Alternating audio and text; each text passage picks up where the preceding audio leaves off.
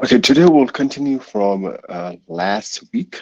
Last week we stopped at um, the fourth ayah of first surah, and today we'll start at ayah number 5.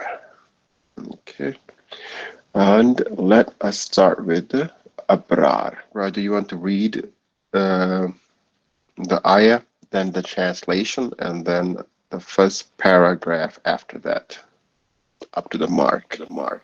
Yes. إِيَّاكَ نَعْبُدُ وَإِيَّاكَ نَسْتَعِينُ. You alone do we worship, and you alone do we turn to for help. The term ibadah is used in three senses: worship and adoration, obedience and submission, and service and subjection. In this particular context, the term carries all these meanings simultaneously. In other words, we say to God that we worship and adore Him, that we are obedient to Him and follow His will, and also that we are His servants. Moreover, man is so bound to know none save God, that none but He may be the subject of man's worship and total devotion, of man's undeserved obedience, of man's absolute subjection and servitude. Okay, thank you, Brock.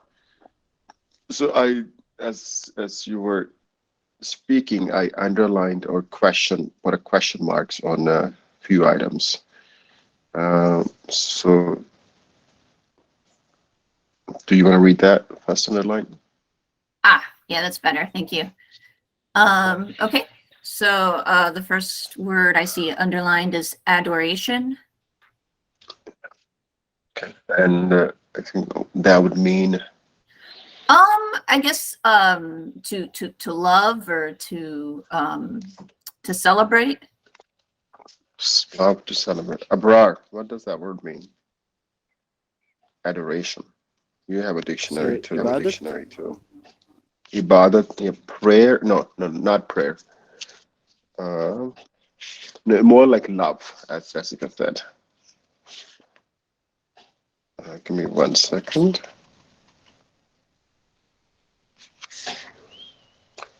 So we bought everybody dictionaries, Jessica, so everybody has same source to look at. Oh, good. Yeah, yeah. So the word is on page 9. It means in Urdu it means tazim or taqaddus. Okay, so the next word here was right here at the beginning of second line. Subjection. What would that mean? Subjection. To subject oneself to, I guess it's a lot like submit, in my opinion. To submit, to surrender. Yes, surrender. Okay. Next word was right here. Simultaneously. Okay. Which means at the same time. Yeah, at the same time. And then there was this right here. Well, the way that it's used there, I guess save, the way that it's used there in context is like accept. But a lot of times save means to kind of like set aside, like I'm saving some food, or if you're in a video game, I'm saving my spot. So that means you can come back to it because I guess you set it aside. But here, I guess it means but or accept.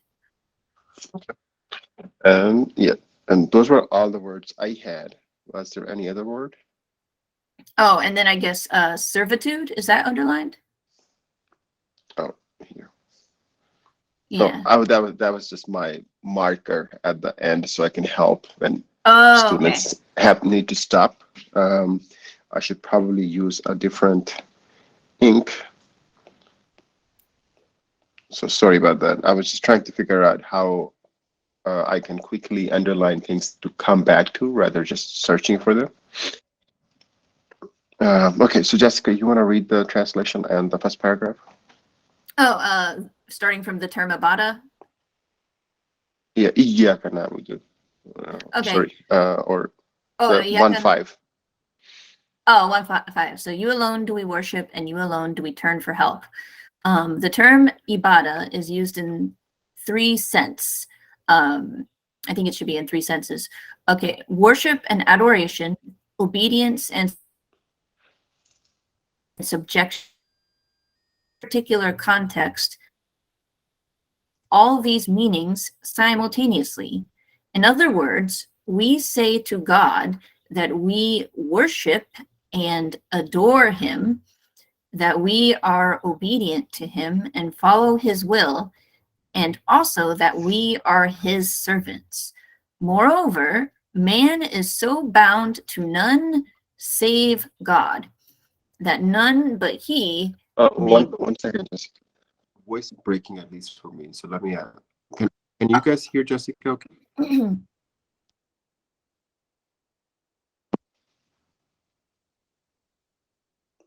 Abrar, can you hear Jessica? Okay.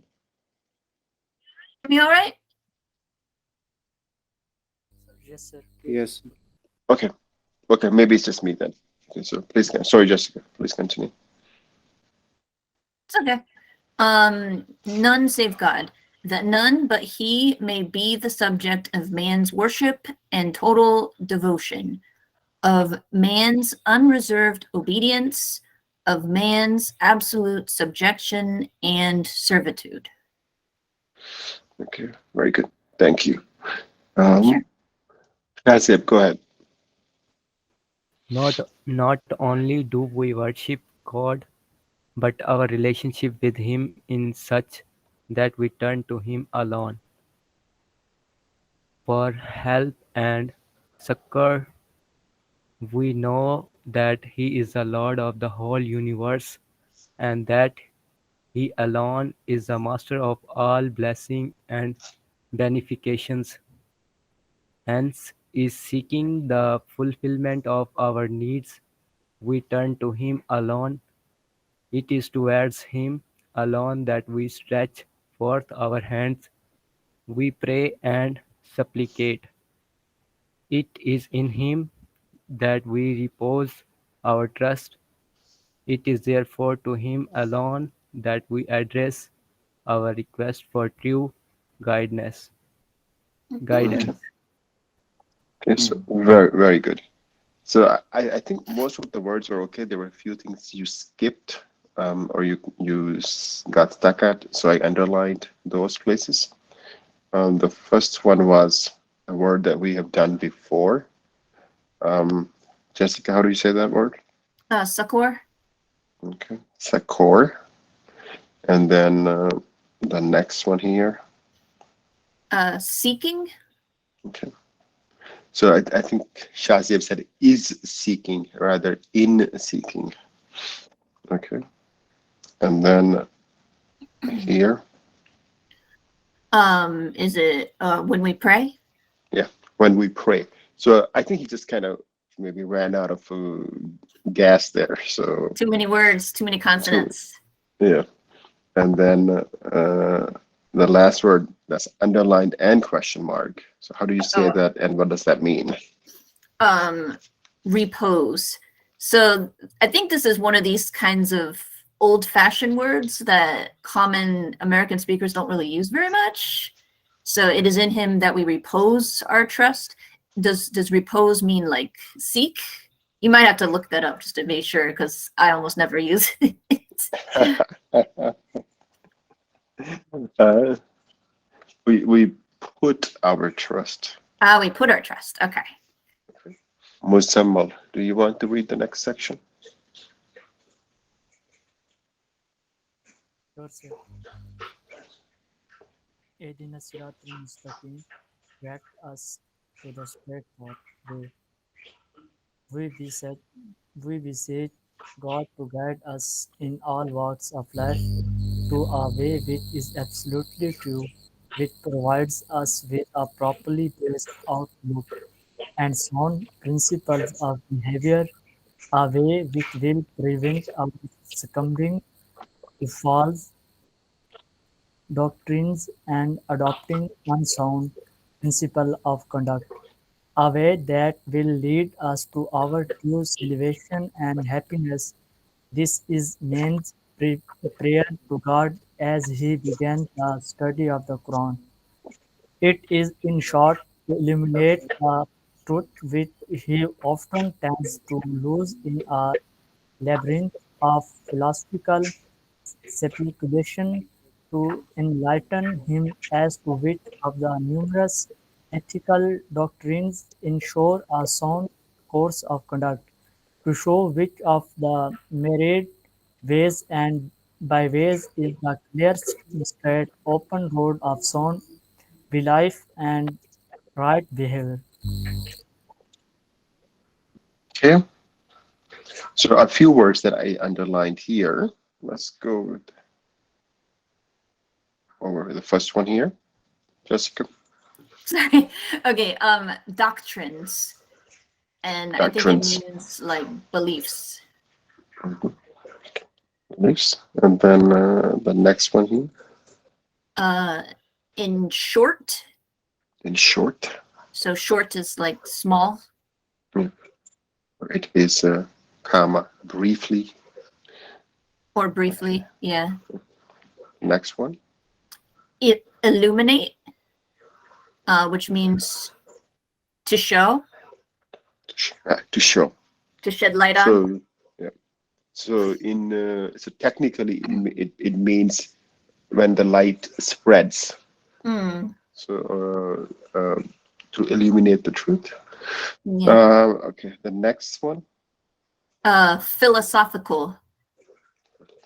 So I think the word, I guess it relates to the word philosophy, which I think technically means lover of wisdom. Because I think phileo is love, and soph comes from the root word, I think meaning wisdom. But yeah, I guess philosophy is just the art of thinking and speculating. And when you said it comes from these roots, which language is that? I will be honest, I'm not sure if it's Latin or Greek. Okay. I was dealing with the same question. That is it Latin? Is it Greek? I think I would lean towards Latin if I had to guess, but I'm not entirely sure because a lot of words in English come from Latin. Yeah. So there's one word that we have occasionally read in our class. Let's just ask you, how do you say that?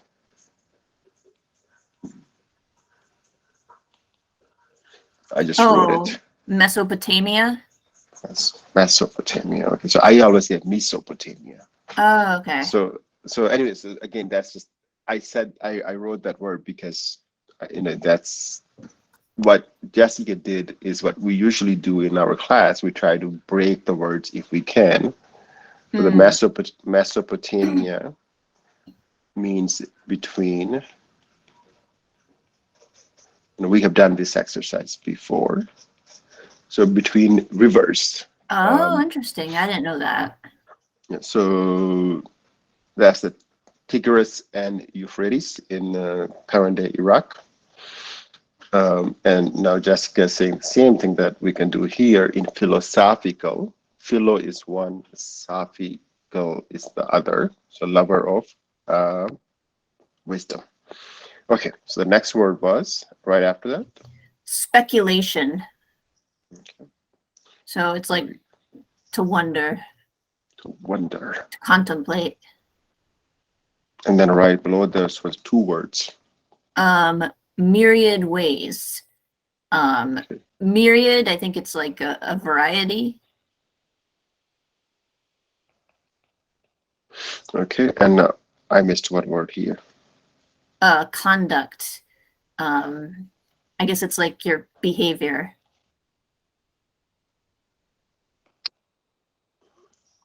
Okay, perfect. So I think next time maybe I will ask the students to identify the difficult word and tell us their meaning, so they are forced to look up in the dictionary. Okay, so Jessica, do you want to read this paragraph? Sure. Direct us on the straight way.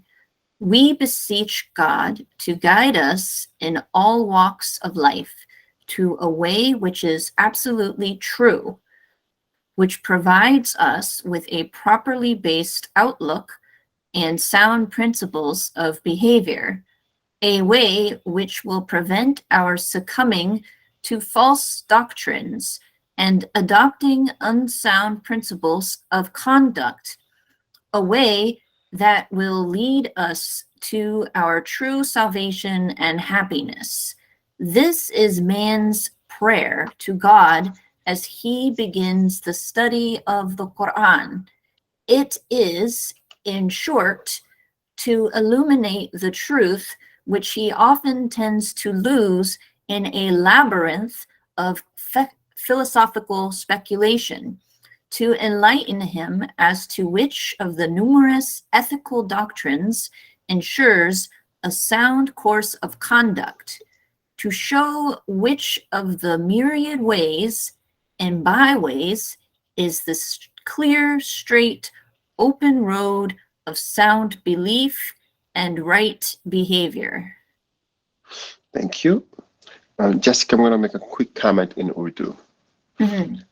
So, अब देखेंगे जब Jessica कहाँ पे थोड़ी देर रुकती है, पाज करती है, ओके, वहां पे आपके फिक्रे की ब्रेक आती है कि आप पूरा जो कॉन्सेप्ट है वो पूरा करें, फिर कंजंक्शन बोलें और फिर अगला से बोलें. तो वो यूजुअली कंजंक्शंस पे रुकती है, ओके, सो उसको बस ध्यान दें जरा. Oh, and I also wanted to say Adina Sarata Mustaqim is also translated as guide us on the straight path, or the so it could be way or it can be a path. So guide us on the straight path. Yeah. Okay. I like Michael Sell's description of this phrase. That it means a lot in Arabia, where there was no straight path in the desert. Oh. Interesting. And because every path every day gets covered with sand. So, we talk about poetry in Quran, and this was one of those poetic statements which which made people or forced people to relate with their surroundings. Wow, that's really interesting. And I know the Sharia is the path to water in the desert. I think that's the word of Sharia. Yeah. So, what I mentioned here was what I read in one of the books from Michael Sells, who is who speaks on Islam at University of Chicago. Oh, neat. Okay. So next, Muhammad Mariam. Yes, sir. Okay. Do you want to read the Arabic, then the translation, and then up to the mark? Yes, sir. صراط الذين أنعمت عليهم غير المغضوب عليهم ولا الضالين. The way of those whom you have favored, who did not incur your wrath, who are not define the separate way which we ask for to open to us. It is the way which has always been followed by those who have enjoyed God's favors and blessings. In this way, which has been trodden from the beginning of time by all those individuals and communities and that have unfailing enjoyed God's favors and blessings. Okay, thank you.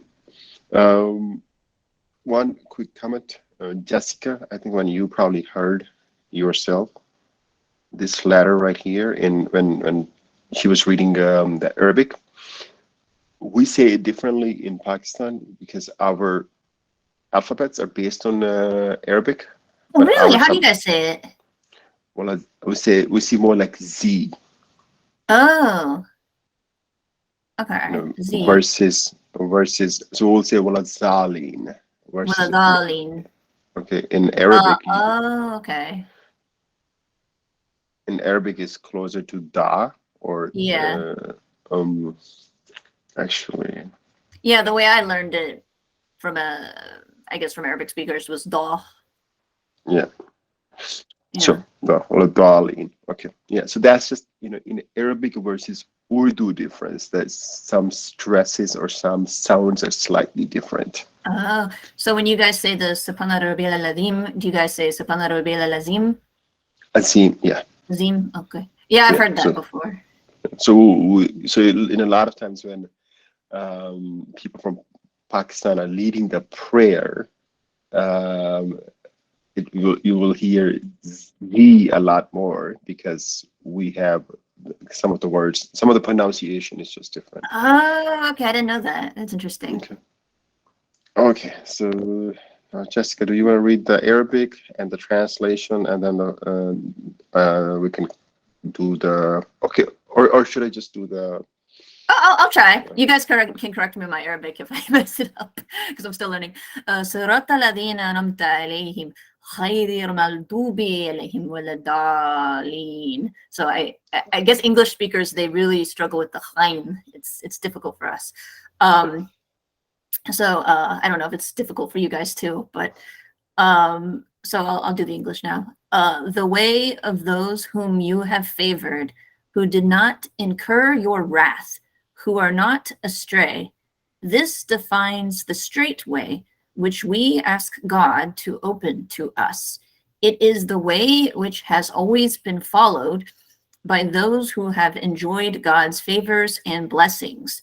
This is the way which has been trodden from the beginning of time by all those individuals and communities that have unfailingly enjoyed God's favors and blessings.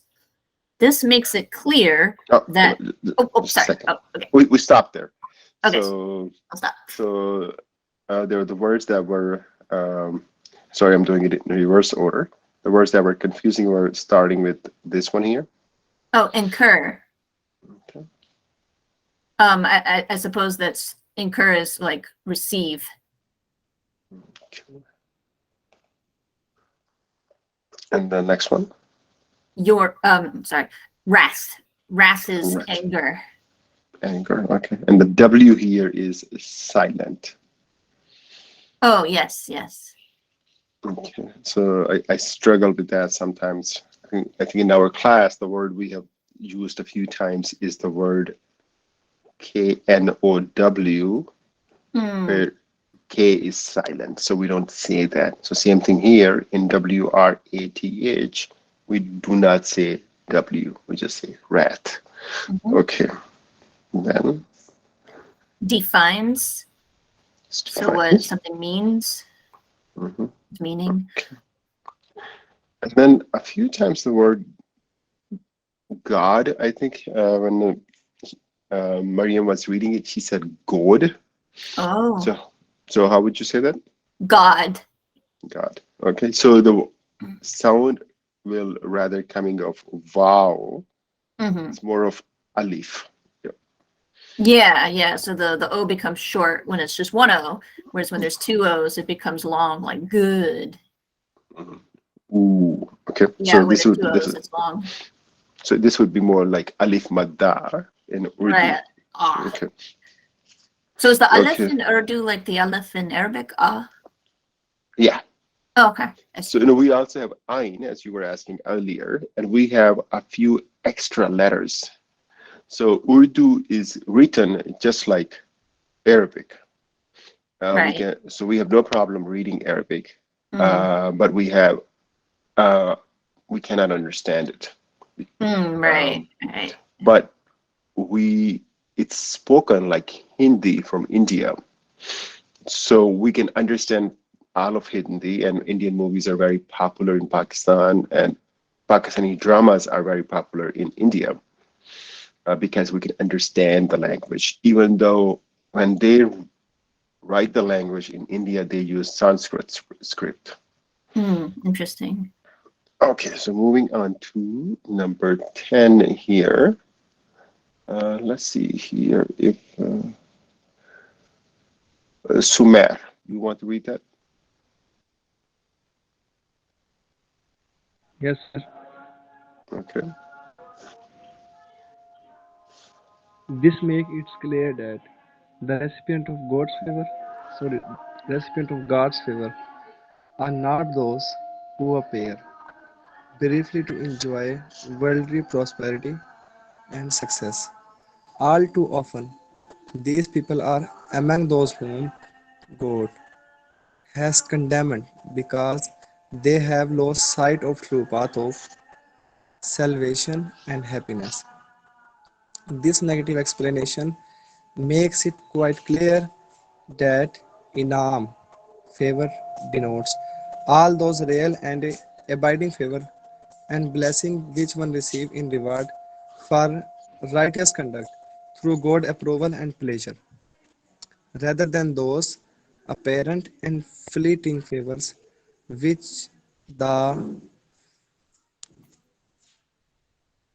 Pharaoh Feroz? Nimrod Pharaohs, Nimrods and Korah, any Qurans used to receive in the past and which are enjoyed every today by the people notorious for oppression, evil and corruption. Oppression. Okay, so very good. So a few words that I underlined. Jessica, you want to start with the first one? Sure. Recipients. So it's people who receive. Okay, so receivers. Receivers, yes, that's better. Okay, okay. The same issue here again with the word God, God. God. So इसको उर्दू में जैसे आप अलिफ मद्दा बोलते हैं, यहाँ पे ओ की आवाज अलिफ मद्दा के मुताबिक आएगी. Okay, so God. Okay. Next one. Condemned. So yeah, here we had the same thing as rat previously, that there is N is silent. Mm-hmm. Or it's sorry, go ahead. Oh no, go ahead. Yeah, so in Urdu there is the word noon and noon gunna. जब नून गुन्ना की तरह इसकी silent आवाज है. So okay, so Jessica, go ahead. Oh, so condemned is like, I guess, doomed, or I guess damned, even though that's a bad word in English. Okay, and then there was the word here. Salvation. So it's the opposite of condemned. It's you're saved, basically. Yeah, or rescued. Or rescued, yeah. Okay, and then same thing. I think here there was S that was skipped. Favors.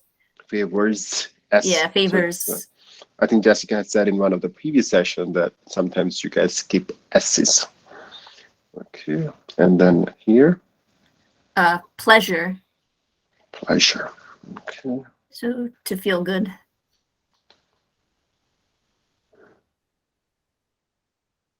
How do you say this guy? Oh, I don't see the arrow. Oh. What are you pointing at? Oh, Pharaoh. Pharaoh. So in Arabic, I think it's Fir'aun, and in Urdu we also call it Fir'aun, and in English we call it Pharaoh. Pharaoh. Yes. Yeah. And then there was this other one. I don't know how to say that. That's not Quran, but that's another. Yeah, I think it's a name of someone, but I don't know who. Because I guess it's in this list of people who I know. Nimrod, he was like an evil king. I know he was in the Bible, but I don't think I've seen him in the Quran unless he has a different name. And Korah's, I don't know who that is. Okay. Maybe another evil person. Yeah, since it's a list of. The first one is evil. I'm assuming the other ones are too, but I'm not familiar with the remaining two. Okay, so then there were two words at the end. Oppression. So that means, how do I describe oppress? I guess it just means to hurt people, To to show anger, harm. Sorry, can we say? what is this, man? To show anger, To show it, oppression. to or to suffer To anger. suffer, yeah. Yeah. Jabar is the word in Urdu in the dictionary, and the last word is Corruption. corruption. Okay. Corruption means to. These words are To hard to describe for me. yeah. I guess to be corrupt is to be immoral. Mhm. Yeah. Bigard, bigra hua in Urdu. So I Yeah. fortunately I have the benefit of dictionary for at least Urdu words. So okay, do you want to read this Okay. paragraph, Jessica? Sure. This makes it clear that the recipients of God's favor are not those who appear briefly to enjoy worldly prosperity and success. All too often, these people are among those whom God has condemned because they have lost sight of the true path of salvation and happiness. This negative explanation makes it quite clear that Inam denotes all those real and abiding favors and blessings which one receives in reward for righteous conduct through God's approval and pleasure, rather than those apparent and fleeting favors which the pharaohs, Nimrods, and Korahs used to receive in the past, and which are enjoyed even today by people notorious for oppression, evil, and corruption. Perfect. Thank you. So that completes our Surah Fatiha. I believe Arsalan. Arsalan, do you want to start from the beginning, read the Bismillah, ayat 1, 2, 3, with translations, and then the paragraph after that? Yes, sir. Bismillahirrahmanirrahim. Qul a'udhu birabbin nas, malikin nas, ilahin nas. Say I seek refuge with the Lord of mankind, the King of mankind, the true God of mankind. Here also, as in Surah Al-Falaq. Instead, the saying, A'udhu billahi, I seek Allah refuge, a prayer has been taught to seek Allah refuge by reference to His three attributes. First, that He is Rabbin Nas, sustainer, provider. Second, that He is Malik Nas, master of all mankind. Third, that He is Ilahin Nas, i.e., real deity of all mankind. Here,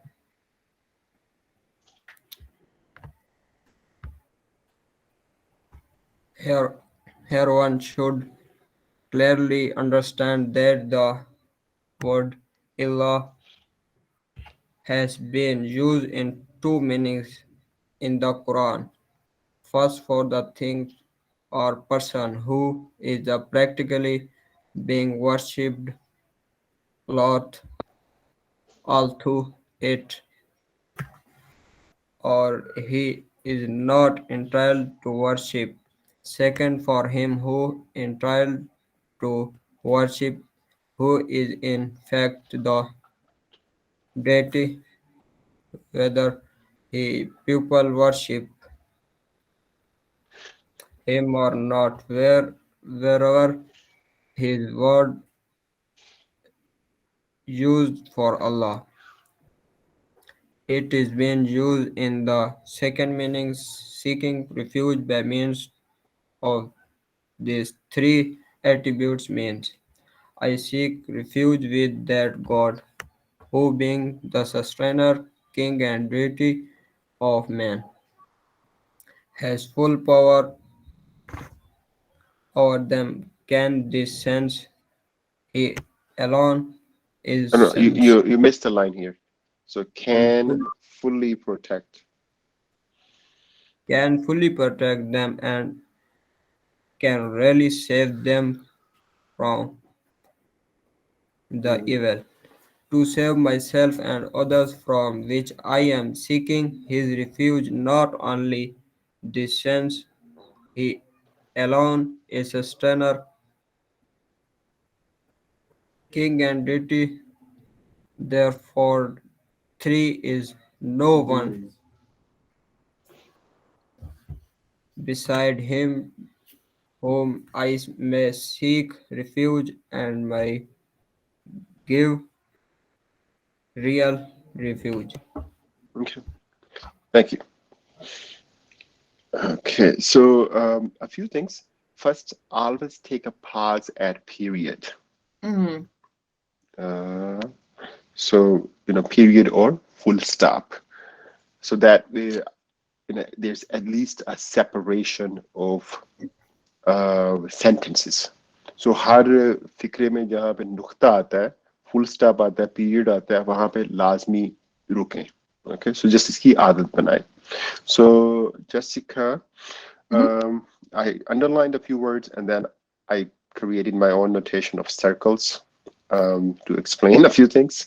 Okay. So just see Allah's. So I don't even know why the first thing Allah is underlined. He said Lord? it correctly. Yeah. So Lord is another word we used for Allah. Oh, sorry.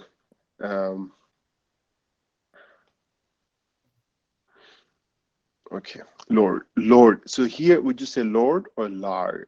So you will not say Alif Madda, right? You will say Lord, right? Mm-hmm. Okay. So when we're saying God,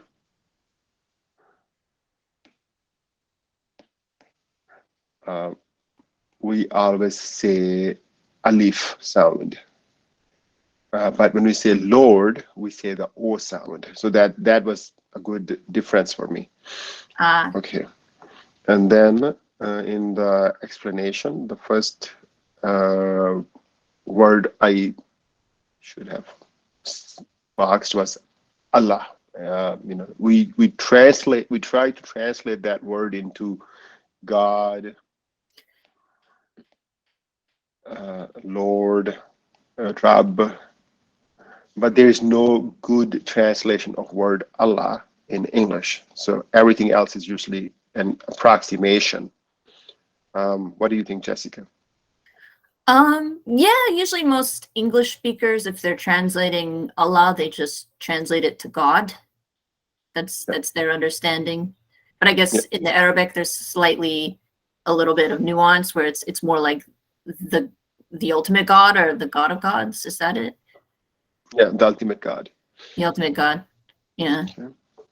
Okay, and then next thing I circled was I-E.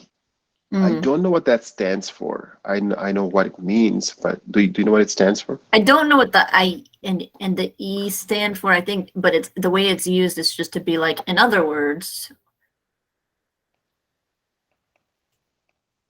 Yeah, or that is. So when you explain something, so here there is a word Rab in Nas.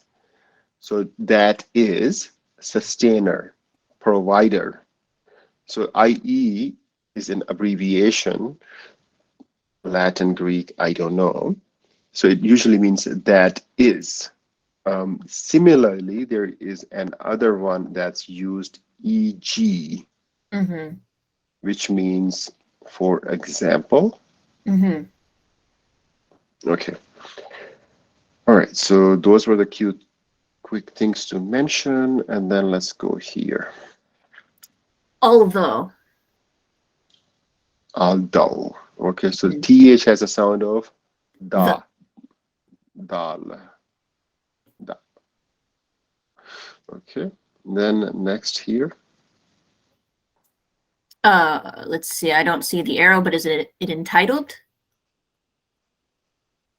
So sorry. So right here, Let me put an arrow in front of the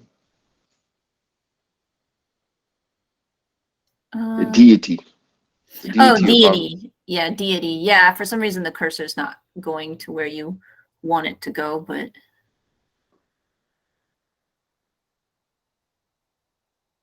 Okay, I'll try to. Okay, so deity, okay. and then the next word was After sorry, all, though, is entitled. entitled. Entitled. It's used a few times, and then there is Deity. And I guess deity is another word for God. okay, and then in here it's capitalized because Mhm. it is referring to the ultimate God, to Allah. Right. Okay, and then there's this. Wherever Okay, and then I think the next set of words just got jumbled a little bit. is used for, Okay, and then that's, has been. okay, so very good. All else is good, and then right here, Since, since. Okay, and then after that is sustainer. oh, sustainer. Sorry, I missed that. Okay, sustainer, and then There is, there is. It's the same thing. Those just got jumbled a little bit, and then there's next group, and he may. and he may. Okay, and sorry, Jessica, when on top when you were saying entitled, and I was underlining wherever. I think I was just I just skipped entitled, Oh, so that was my fault.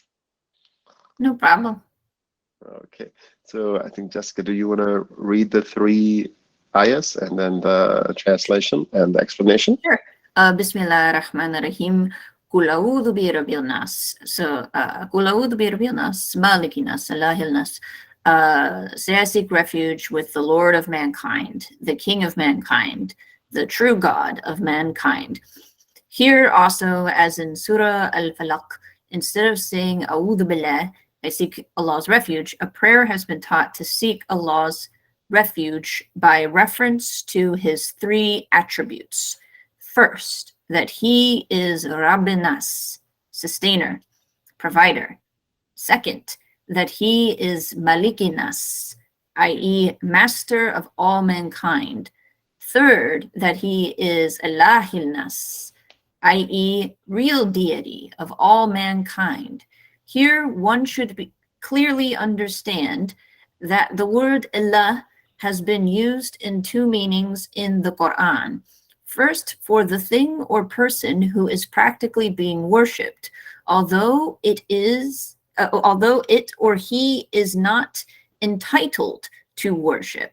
Second, for him who is entitled to worship, who is in fact the deity, whether the people worship him or not. Wherever this word is used for Allah, it has been used in the second meaning.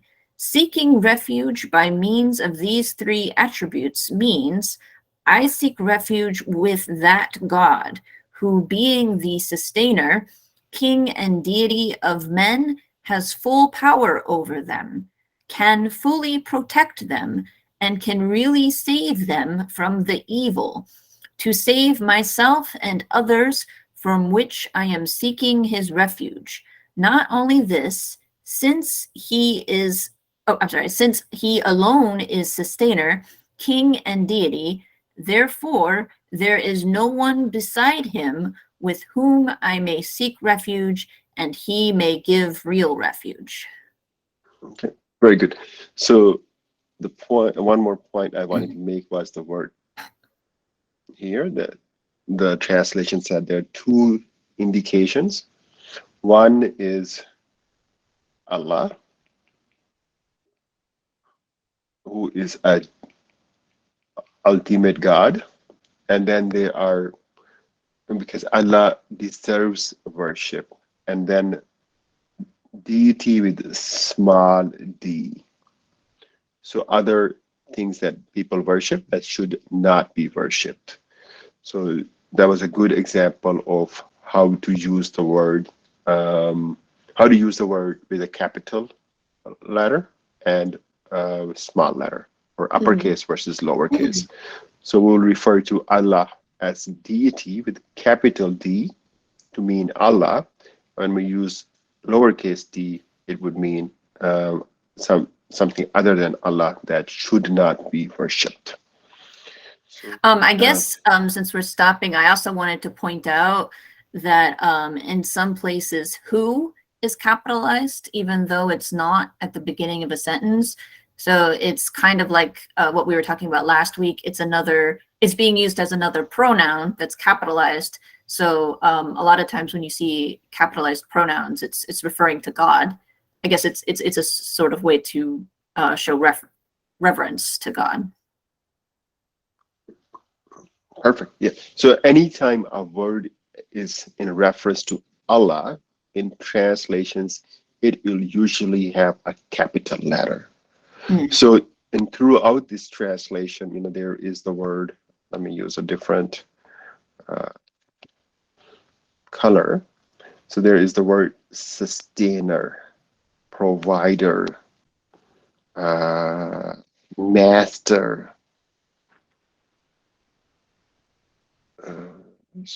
Just scanning through sustainer again, king, deity, king, deity, his. Yeah, okay. So whenever reference is made in terms of noun, pronoun to Allah, that will be capitalized.